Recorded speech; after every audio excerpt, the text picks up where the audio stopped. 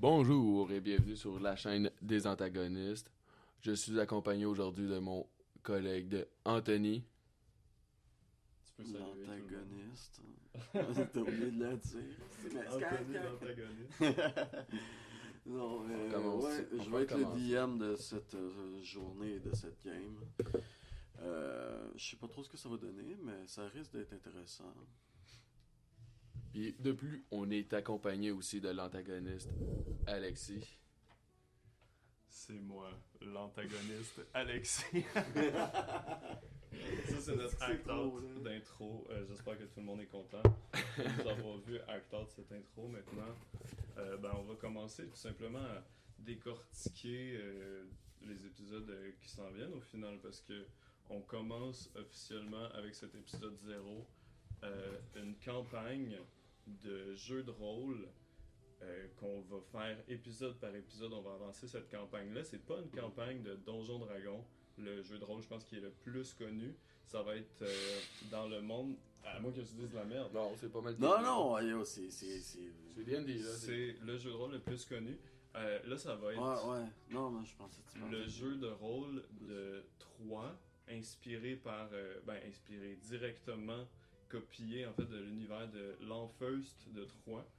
Puis c'est un jeu de rôle auquel on est vraiment habitué. Moi, personnellement, par contre, je suis pas le meilleur pour décrire le lore. Fait qu'on va décortiquer le lore là, dans 2 petites secondes. Ce sera pas moi, par contre, là, qui va faire Ouais, ça. non, Parce c'est que bien correct. je le découvre au fur et à Le mesure monde de la est quand game. même assez finalement. rempli. Mais dans le fond, on va vous présenter c'est quoi le jeu de rôle l'Enfeuse de Troyes. Dans le fond, le jeu de rôle l'Enfeuse de Troyes, c'est basé sur la BD du même nom. C'est écrit par Christophe Hurleston, qui est un très grand BDiste dans le milieu. Très connu en France. Puis même ici, depuis qu'on est jeune, je lis ses bandes dessinées. Dans les bibliothèques municipales, l'Enfeuse de Troyes. Ouais, c'est ça. il était tellement devenu gros que dites-vous qu'il y a des mangas, il y a des romans là-dessus, il y a des histoires de ball. Il y a quasiment tout qui a été fait autour de l'Enfeuse de Troyes. C'est vraiment un univers qui est très Il a connu. même failli avoir mais- un jeu DS. Un jeu DS, c'est juste que Jamais c'est. sorti, mais... Ça reste c'est gros, mais ça reste niche, tu sais, malgré tout. Ouais. C'est Fait la qu'on- BD. C'est l'univers de la BD, I guess. Puis justement, on a la chance que cet auteur-là a voulu créer un jeu de rôle très sandbox à partir de cet univers-là. C'est un univers qui est vraiment qui a beaucoup d'humour, genre quand même de l'humour noir, puis c'est relativement trash, tu sais, c'est cru, il y a du sexe, il y a de la violence, c'est vraiment tout ce qu'on peut s'imaginer dans une bonne. Faut pas spoiler, par exemple. Oh, mais parce que tu sais, là, on je va vous donne voir ça l'ambiance et. forcément. Ah, il faut dire l'ambiance, là. Tu sais, c'est ça, c'est un univers très. Pas de la dark fantasy, mais. Oui, c'est de la dark fantasy. relativement- D'après moi, quand même. C'est de la dark fantasy, mais dans un style déjanté, genre... Oui, plus dans un sens Il y a humour. quand même une certaine tu sais, c'est genre, tout est coloré quand tu checkes d'un BD pis tout, mais ça reste que si tu te penches sur vraiment l'histoire de qu'est-ce qui se passe, c'est trash. C'est trash, c'est ça, Ouais. c'est un univers C'est relativement vraiment sombre. mais- C'est pour vous situer comment où c'est que ça se passe dans une époque médiévale. La magie est vraiment omniprésente dans cet univers-là. Beaucoup de gens ont des pouvoirs, même si c'est des pouvoirs de toutes sortes. Ça vous allez le voir en cours de la partie. Ben, c'est la majorité, même, je pense, des habitants du monde de Troyes qui ont des Ils pouvoirs ont tous magiques des- à la naissance, me semble. Presque tout le monde, là, une bonne majorité là, c'est Est-ce que c'est des pouvoirs magiques, genre, qui reflètent un peu leur personnalité t'as non, dit? c'est vraiment purement C'est le hasard. c'est le hasard. Ah ouais, c'est ça, c'est rouler les dés, hein. C'est juste vous donner une range de pouvoir, autant que tu peux avoir un pouvoir de. Tu fais en sorte que le gars il a plus soif pour y vendre plus de bière. Ou genre t'as un pouvoir que tu peux invoquer la foudre des cieux. Il n'y a pas d'entre-deux là. Il y a, vraiment, il y a de D'entre-deux. tout là. Il y a- C'est du chaos. Ça c'est dans les livres, tu peux voir justement un voleur que son pouvoir c'est de mettre les doigts dans le nez des gens. Fait que c'est pour ça que c'est un excellent voleur, les gens peuvent pas se défendre vu qu'ils ont les doigts dans le nez. Je vais vous donner une idée d'absurdité en termes de pouvoir là. Les gens se mettent leur propre doigt dans le nez. Ouais, je vois. Ouais, pis ils se forcent son poignet de même. Ils sont pognés, hein. C'est comme Mesmer, mais Oui. un peu plus. C'est l'illusion, ouais, c'est ça. Pour la création des personnages, dans le fond, vous expliquer comment ça fonctionne, vu que c'est les mêmes caractéristiques qu'on peut voir dans les autres jeux de rôle. C'est les 6 caractéristiques habituelles, la force, la dextérité, la constitution, la sagesse, l'intelligence, le charisme. Et puis il n'y a pas de classe dans ce jeu-là, dans le fond. C'est purement des atouts que vous pouvez sélectionner, des stats. Ou des Mais- métiers. Ou des il n'y a pas vraiment de métier, c'est purement des compétences. Non, mais c'est dans des compétences, je veux dire, c'est pas des. Ouais. C'est pas des classes à propos. C'est pas des classes à proprement parler, tu sais, je veux dire, tu peux être un paysan qui est super fort à l'épée ou être un paysan qui fait de la magie, il y a pas de classe. Fait que c'est une des gros charmes de ce jeu-là. Il y a aussi une grosse quantité de compétences. Ça ressemble beaucoup à Donjon Dragon 3.5 pour ceux qui connaissent. 3.5, c'est celle qu'on jouait habituellement, c'est ça? Non, Non, ça c'était 5e c'est la 5e, mais la 3.5 c'est pour les vieux. Là. Nous, c'est ceux-là dans nos parents. mon Là, père joue à ça. On va s'attirer les foudres dans les commentaires. Dire que 3.5, c'est pour les vieux. C'est pour les vieux. C'est le verdict est tombé. C'est pour les vieux. Une des particularités, dans le fond, de l'Enfer de Troie, c'est qu'on a un travers, parce que dans le monde de Troie, tout le monde a une part sombre en eux. Et donc, on doit choisir justement un travers, que ça, c'est, pour vous donner comme exemple, mon personnage, lui, il a pec sans manière. Fait que c'est un paysan. Il sait pas comment s'adresser à des nobles. Donc, un roi qui vient lui demander son avis, ça se peut qu'il se mange une réponse en mode « Ah, gros, moi je m'en calisse de ce que tu jases, moi je m'en vais à taverne. » Une genre de réponse que tu donnes pas à un roi, puis c'est justement ça qui fait le défaut de mon personnage. C'est des éléments roleplay, mais qui ont des effets directs sur le déroulement de ta partie, sur les réactions logiques du bonhomme que tu joues. Oui, justement, tu sais, vous êtes dans une situation que justement vous devez parler avec le roi. Et toi, en tant que joueur, tu veux bien répondre au roi, mais le DM, justement, lui peut activer ton travers, puis à l'aide d'un jet, si tu l'échoues, c'est là que tu vas justement sortir une niaiserie au roi, puis ça peut jouer contre vous. Puis, dans le fond, à quoi ça sert exactement le travers?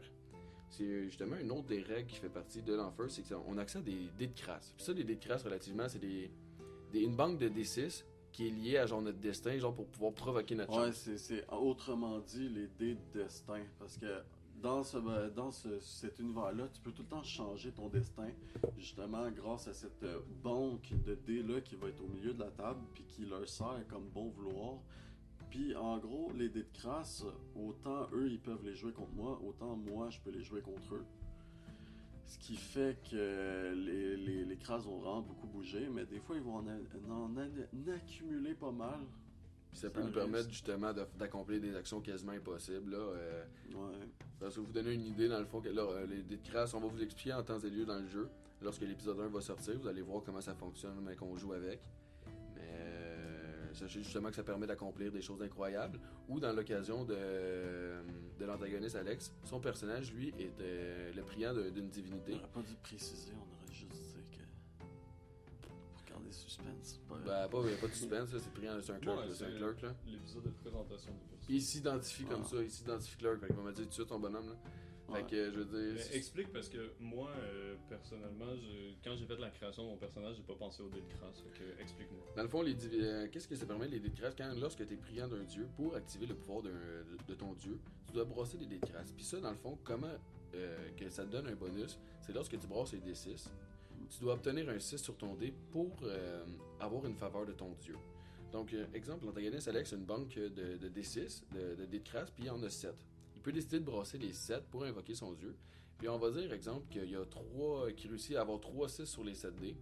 Ça va lui permettre d'avoir une faveur beaucoup plus puissante auprès de son dieu que s'il y avait eu seulement un dé. Comme une réussite critique ou dans le cas inverse, Oui. un échec critique. C'est ça, un peu dans ce sens-là, dans le fond.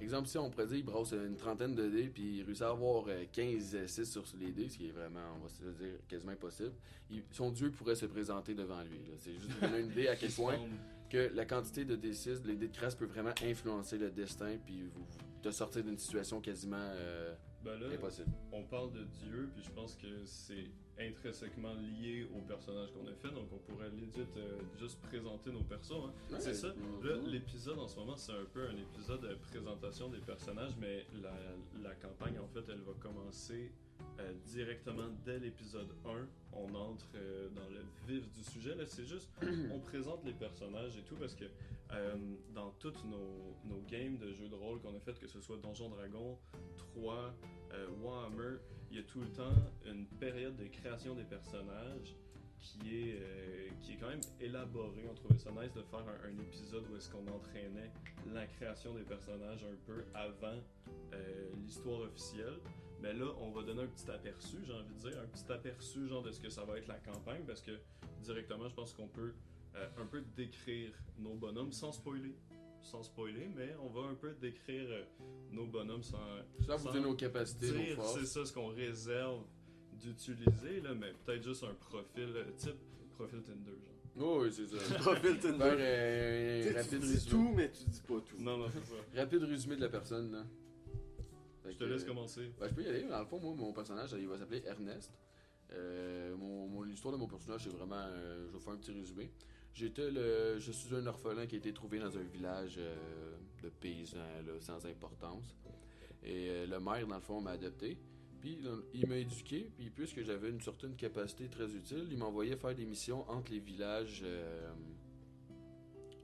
Porter des lettres pour la communication. Vu que mon personnage est très bon pour se déplacer. Donc, c'est ça. Puis à un moment donné, lorsqu'il est revenu d'une de ses courses, le village était détruit, puis son père était mort. Wow. Donc, depuis ce temps-là, il essaie de se venger. Speedy Gonzalez gone wrong. Non, Ouais, non, faut pas spoiler, non, je rappelle. Faut garder du juice. Donc, pour résumer, c'est ça mon personnage. C'est Ernest, un paysan pas très malin, très agile et qui a une bonne endurance. Un petit vlimeux. Un vlimeux, ouais, Un c'est petit vlimeux. Ben, avec le petit vlimeux, la game est même pas commencée, fait que je sais même pas encore si on se connaît, si on s'aime la face ou quoi. Fait que mon personnage en ce moment est complètement peut-être parallèle là, à celui de l'antagoniste Zach. Il faut qu'on continue à dire c'est quoi l'antagoniste. C'est ça. Là, le personnage là, du nom de Idara, c'est un clerk. Ben, il n'y a pas de classe, mais tu sais, à un moment donné, dans la vie, justement, dans t'es dans priant, Troyes, t'es un priant de Dieu. Là, il y a des métiers. Fait qu'à un moment donné, métier clerk, ça fait part entière du personnage. D'origine d'Archanide, c'est les humains dans Troyes. Qui vivent en Asie relativement. Les humains de l'Orient de Troyes. Oui, c'est ça. J'ai 127 ans. C'est possible. Peut-être qu'on va en découvrir plus pendant la partie sur la raison de mon âge aussi élevé. Mais j'ai 127 ans. Quoi? Ben non, il faut garder, hein. Je te laisse faire ton job de DM, moi je saurais même pas dire pourquoi. Okay, Donc, okay. non, je m'en allais dire mes stats, mais on s'en fout. Ouais, ça résume pas mal le Ça personnage. résume pas mal le personnage, sans oublier que, en étant clerk d'Archanide, j'habitais les montagnes reculées là, des contrées de quel monde? Le monde de Troyes. Des contrées du C'est le monde de Troyes. Puis j'élevais les moutons et les chèvres. J'étais autrefois berger. Berger Donc des là, montagnes. dans mes petites compétences, j'ai même métier berger. Je sais pas ce que ça réserve pour la game, mais c'est la première fois que je joue un berger. Donc, Faut préciser aussi que t'es un genre d'homme caillou, là. un homme caillou, mais tu sais, encore là, je suis moins familier avec le T'es monde une de racaille, Troyes hein, t'es que un caillou. vous. Fait qu'au final, je le découvre quasiment au fur et à mesure de la game. Là. Je suis un homme caillou clerk. Ça, c'est ce que je peux dire du nom de Idara. Est-ce que tu voulais rajouter. Par rapport à ce qu'il est. Non, ben juste rajouter quelque chose par rapport à toi, à la À partie. ton playstyle en tant que DM. Mon playstyle est assez particulier. J'ai beaucoup de choses qui sont dans ma tête. On n'est pas chez le psy. Non, il se passe des affaires, mais genre. Faut que je me vide ça le pour cœur. dire qu'il y a quand même assez d'improvisation dans mes choses. Mais ça l'a. Pour cette game-ci, j'ai quand même préparé un peu d'affaires. Je sais la ligne directive dans laquelle on s'en va. C'est pas un podcast scripté. C'est pas scripté, c'est une Non. game de jeu de rôle. Non, J'essaie de faire ça le plus vraiment natural, pas. le plus natural qu'il y a, là. Je sais pas comment ça va se passer, mais si, tu sais, à un moment donné, peut-être s'il y a des morts, il va y avoir des morts, puis on va gérer ça intelligemment. Mais si, genre, il y a du monde qui meurt, c'est pas prévu à l'avance, là. C'est vrai que c'est quelque chose qui se passe pas souvent dans les parties de jeux de rôle, puis nous, c'est quelque chose qu'on voudrait montrer, que dans la réalité des choses, des fois, ton personnage peut mourir. Hein. Ouais. Le scénario est pas toujours de ton côté. Ça Hein. nous arrive, Non, ça non, nous arrive vraiment pas. relativement souvent. Ça nous arrive une couple de fois. Des fois, on les tue volontairement. Parce que Ouais. on va essayer de pas trop activer cette Dépendamment de travers-là l'état dans lequel pendant on la est. game. C'est ça. Des fois, on peut tuer des bonhommes volontairement. Je pense que j'espère que ce sera pas le cas. Mais même je te laisse, on t'a un peu. Ouais, mais bref, ça pour dire que ça va être un monde assez déjanté dans lequel ils vont devoir essayer de survivre. Parce que tout ça pour dire que leur direction en ce moment, c'est d'aller vers un village portuaire. Les deux vont se retrouver dans ces environs-là pour des raisons différentes. Et ils sont... Ben, pense-y. Tiens. Ouais, il faudrait, je pense. Bon, de toute façon, moi je pense que ça résume pas mal l'introduction qu'on voulait faire pour Ouais. la partie, puis ce qu'on voulait vous dire de l'Enfeuse de Troyes, puis que c'est un univers relativement inconnu. Donc, ben, merci de nous avoir écoutés, puis on se revoit la semaine prochaine. Absolument, oui. Ouais. Fait que, bon, ben, on se revoit. C'est le début. Ce n'est que le début. C'est le début de l'aventure. Le début de l'aventure qui a même pas encore commencé. Tel Luffy, nous allons trouver le One Piece, man. Le One Piece caché, le One Piece is real.